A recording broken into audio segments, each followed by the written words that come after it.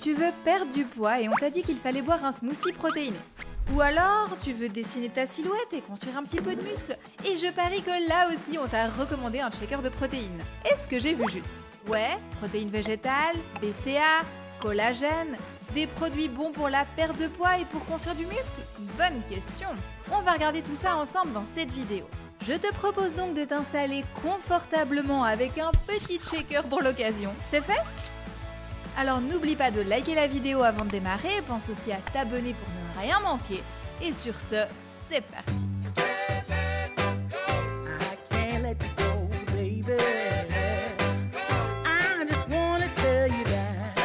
Les protéines sont à la mode, surtout les protéines végétales, on en entend beaucoup parler ces temps. Alors j'avais envie de prendre un petit moment pour t'expliquer 2-3 choses importantes pour ta ligne et pour ta santé, parce que tu t'en doutes, ce qu'on entend partout, c'est pas forcément 100% vrai. J'ai aussi préparé des petites recettes protéinées qu'on va déguster ensemble tout au long de la vidéo. Mais là, j'ai une séance de sport, je suis pressée, donc c'est l'occasion d'aller acheter des petites barres de protéines qu'on pourra déguster ensemble juste après la séance.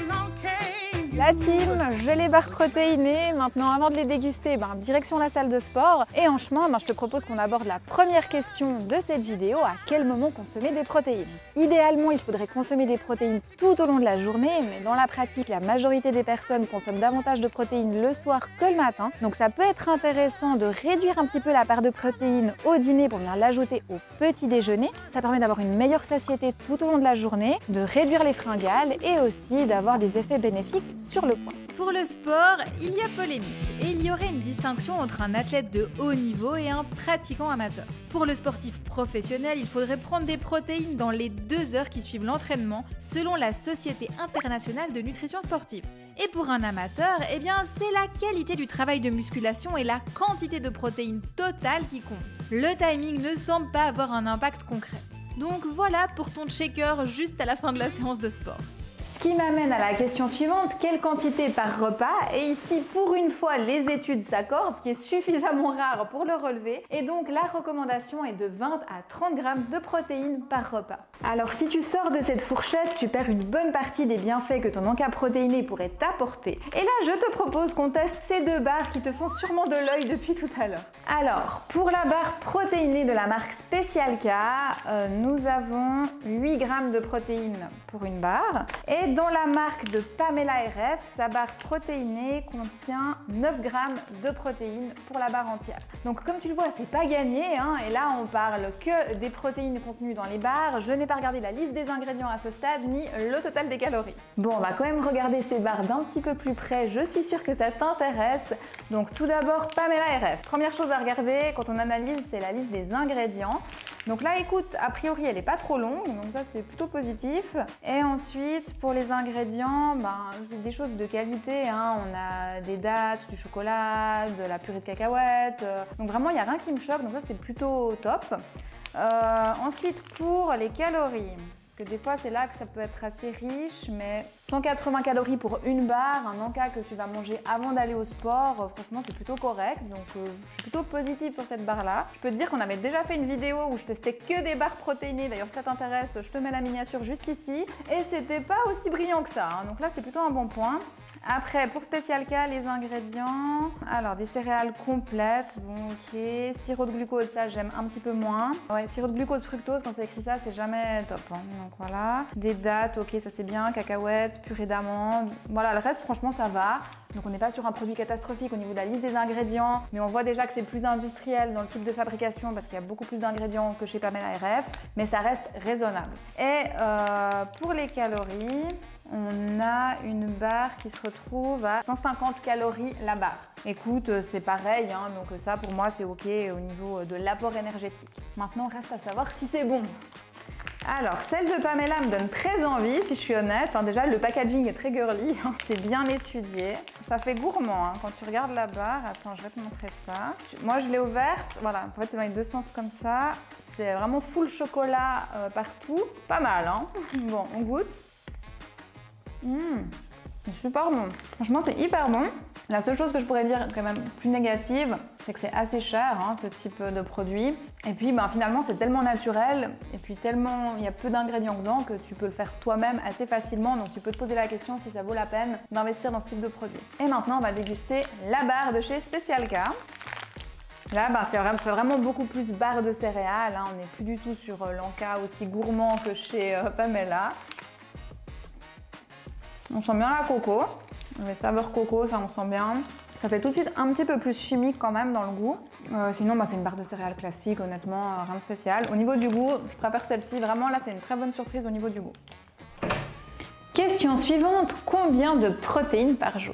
À coup de 25 grammes de protéines, tu dois manger combien de repas pour avoir la bonne quantité totale? Tu sais sûrement que le minimum pour éviter les carences, c'est 0,8 g de protéines par kilo de poids de corps. Par exemple, une personne pesant 75 kg devrait consommer 60 g de protéines par jour, mais ça, ce n'est que le minimum. En fait, on devrait viser que minimum 10-15% à maximum 35% des calories proviennent des protéines.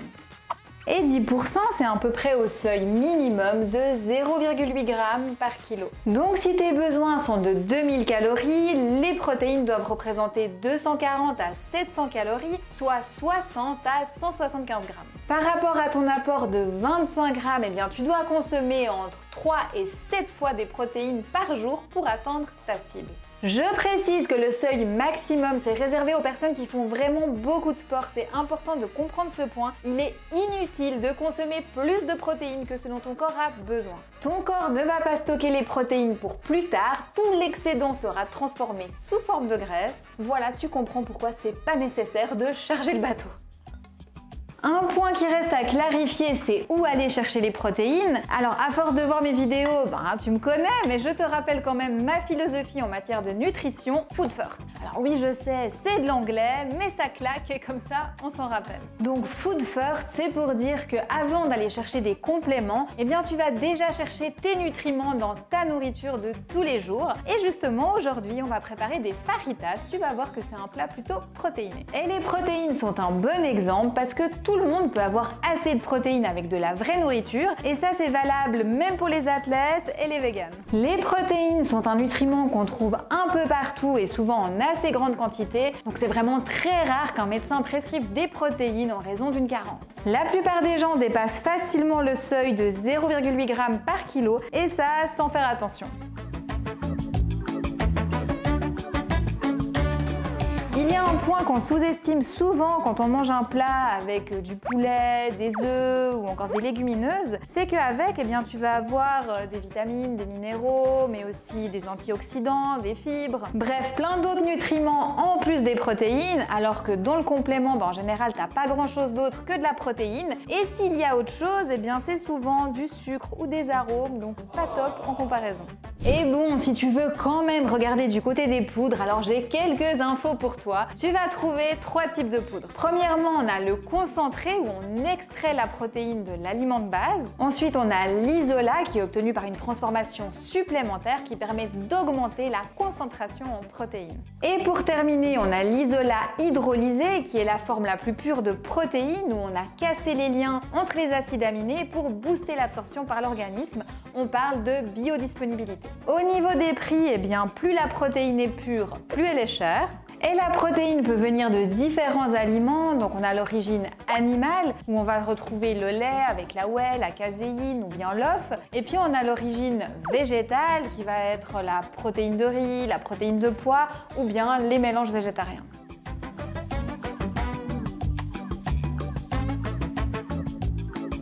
Après, chaque protéine a ses points forts. Par exemple, la whey absorbée beaucoup plus rapidement que la caséine. On va donc pas les consommer au même moment. On va favoriser la whey après l'entraînement pour booster la récupération, tandis que la caséine, on va plutôt la consommer le soir avant d'aller se coucher pour une diffusion plus lente pendant la nuit. Bon, et moi, je vais manger mon lunch protéiné sans complément. D'ailleurs, si tu veux la recette, je te la mettrai en barre de description. Bon appétit!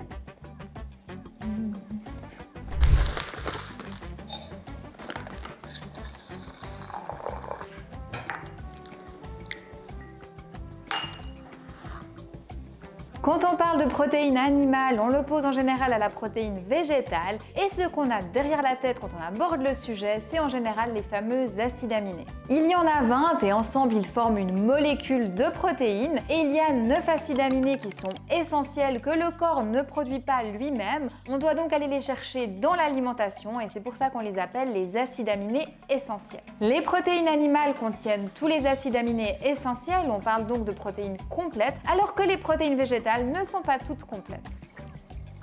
Et voilà le panorama général. Alors le problème, c'est qu'on veut nous faire croire qu'il y a une différence gigantesque entre les protéines animales et végétales, alors qu'en réalité, la différence, elle est plutôt faible. Et si tu manges de manière équilibrée et variée, eh bien tu devrais avoir tous les acides aminés essentiels dans ton alimentation sans avoir besoin de compléments. La team, c'est l'heure de la collation et vu le thème du jour, je me suis dit quoi de mieux qu'un smoothie protéiné avec de la protéine en poudre. Et justement, en parlant de ces fameuses poudres, je sais qu'une des grandes questions que je reçois très souvent, c'est comment la choisir. Alors je te propose de voir quelques pistes ensemble pour t'aider. Donc première chose que je te recommande, c'est de regarder la liste des ingrédients. Est-ce qu'elle est longue? Qu'est-ce qu'il y a dedans? Est-ce qu'il y a beaucoup de produits ajoutés? Est-ce qu'il y a des produits transformés? Ça, c'est déjà des bonnes questions à se poser. Ensuite, tu peux t'intéresser à la forme de protéines. Est-ce qu'elle est concentrée? Est-ce que c'est de l'isolat? Et puis quelles sont les substances ajoutées s'il y en a, du sucre, des édulcorants? Et pour terminer, je t'invite à regarder le prix des protéines parce que d'une poudre à l'autre, eh bien, tu as quand même des grosses différences de prix et ça ne se justifie pas.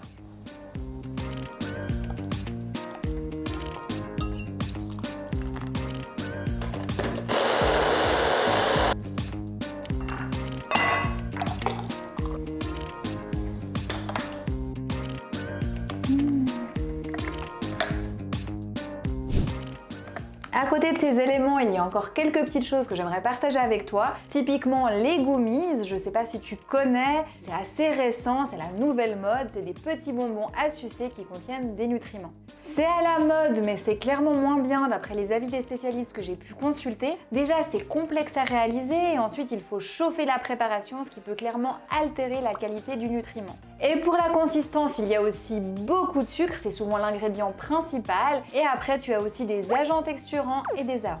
Au final, il y a souvent moins de produits dans les poudres ou les gélules, alors c'est moins sympa à manger, mais c'est quand même plus efficace. Je souhaitais aussi te parler de la poudre claire, je sais pas si tu connais, c'est ce qu'on appelle la Clear Whey, c'est assez récent. Et si t'en as marre justement des protéines en poudre qui ont une texture très mousseuse, alors ce produit pourrait te plaire. Les fabricants l'ont vraiment développé pour obtenir une protéine qui est beaucoup plus liquide. Alors personnellement, je n'ai pas testé, mais il paraît que c'est pas mal. Il y a aussi le collagène dont j'avais envie de te parler, donc je sais pas si tu le sais, mais c'est une protéine. Alors là, on est très loin des produits de beauté, hein, mais je me suis dit que ça te ferait rigoler de savoir que les gros durs de la salle de muscu prennent aussi du collagène. D'après eux, ce n'est pas pour avoir une peau ferme, mais pour renforcer les tendons et le cartilage, et il aide aussi à la construction du muscle. C'est un produit qui se combine bien à la protéine, il existe différentes sortes, donc à toi de choisir ce qui te convient. À noter que c'est un produit d'origine animale et qu'il n'existe pas de source végétale. Les BCA, donc là il s'agit de 3 acides aminés essentiels qui sont très importants pour la construction du muscle. Donc jusque là c'est très bien, mais là où ça me gêne un petit peu, c'est qu'on les trouve dans presque toutes les poudres. Alors bien sûr, dans des proportions différentes, mais quand même. Ce complément sert surtout à enrichir le fabricant, tu n'en as pas besoin à moins d'être vegan et dans ce cas tu as plutôt intérêt à choisir un complément qui contient tous les acides aminés, pas seulement 3, donc à défaut de preuves supplémentaires, je reste sceptique. Et pour terminer, la digestion qui peut être parfois difficile avec ces poudres, alors les fabricants ajoutent des enzymes digestives et d'autres substances pour faciliter la digestion et sinon on peut aussi se souvenir que les protéines hydrolysées sont plus faciles à digérer. Bon, je pense que tu as compris, je ne suis pas vraiment favorable à la protéine en poudre. Alors attention, je ne dis pas qu'il y a un problème avec la poudre de protéines ni que c'est mauvais pour la santé, mais je dis simplement qu'on n'en a pas besoin. Alors après, si tu souhaites enrichir les fabricants de protéines en poudre, ça te regarde, mais moi je t'aurais prévenu. Je pense qu'il y a d'autres compléments qui sont plus utiles et si tu le souhaites, je pourrais t'en parler dans une prochaine vidéo. Et pour le dernier pas de la journée, je me suis préparé des crêpes protéinées avec du saumon et de l'avocat. Comme pour toutes les recettes de la journée, je te mettrai toutes les infos en description de la vidéo si tu souhaites les reproduire. Pour en revenir aux protéines, pour moi il y a 2 catégories de personnes qui peuvent en bénéficier en dehors des bodybuilders. La première catégorie, c'est les seniors. À partir d'un certain âge, l'appétit diminue et en même temps le besoin en protéines, lui, il augmente pour limiter la fonte musculaire. Donc pour ces personnes, les protéines en poudre, ça peut être une solution. La seconde catégorie concerne les personnes qui ont de la peine à manger assez de protéines. Donc là, c'est des personnes sous traitement, qui souffrent de maladies ou qui peuvent avoir des TCA. Il y a différents cas possibles, mais c'est vrai que là, de nouveau, les protéines en poudre peuvent aider. Et pour tous les autres, eh bien, rappelez-vous, food first. Profitez de manger de la vraie nourriture pendant que c'est encore possible. Dans quelques années, on aura terminé de polluer notre planète, on sera trop nombreux et puis on n'aura plus le choix, tout le monde devra manger de la poudre. Bon allez, je plaisante, hein, mais pas totalement. Plus sérieusement, si tu souhaites un accompagnement complet pour t'aider à atteindre tes objectifs, eh bien il y a les programmes Noémie Nutrition. Ils sont disponibles en boutique, je te mets le lien juste ici, mais aussi en barre de description. Tu trouveras dans ces programmes un accompagnement complet, liste de courses, menus, recettes, séances de sport, tout ce qu'il faut pour bien faire. Et je te rappelle qu'actuellement tu as 15% de réduction sur ta première commande avec le code Noémie15. J'espère que cette vidéo t'a plu. Si tu veux voir plus de sujets de ce type, pense à me l'indiquer en likant la vidéo. N'hésite pas aussi à laisser un petit commentaire, c'est avec plaisir que je réponds à tes questions. Pense aussi à t'abonner à la chaîne si c'est pas encore fait pour ne rien manquer. Sur ce, eh bien, je te dis à bientôt dans une prochaine vidéo sur tous les autres réseaux. Je te mets la liste ici. Allez, ciao!